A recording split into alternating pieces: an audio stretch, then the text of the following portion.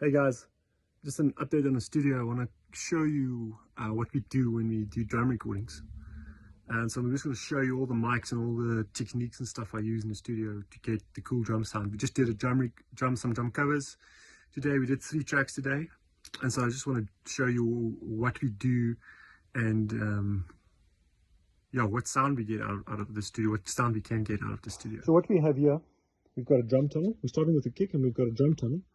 And what we have here is 2 kick shells put together. So we've got the one on the front, and then we have another shell here at the back.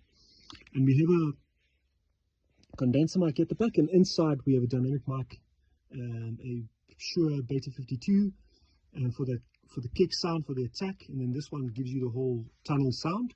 And we basically put some blanketing over it just to isolate it from the rest of the kit.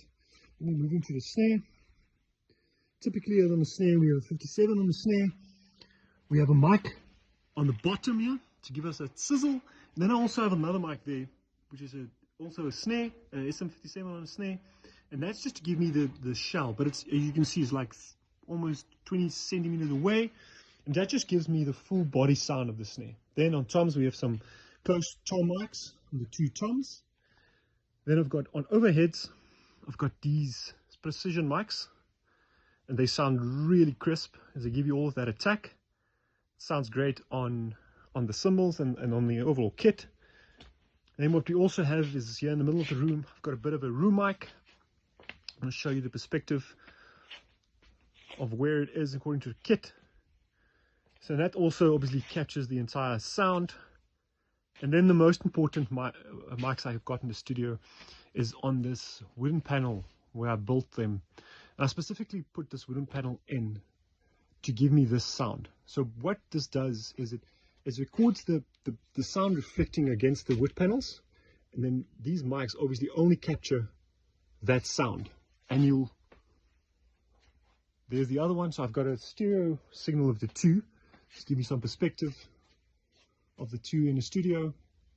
Another thing I also did today is I pulled up all the carpets in the studio just to give me like a brighter sound, and it really make a big difference in the studio. So that's just a quick run through of the way we mic drums in my studio at Kollectiv Studio.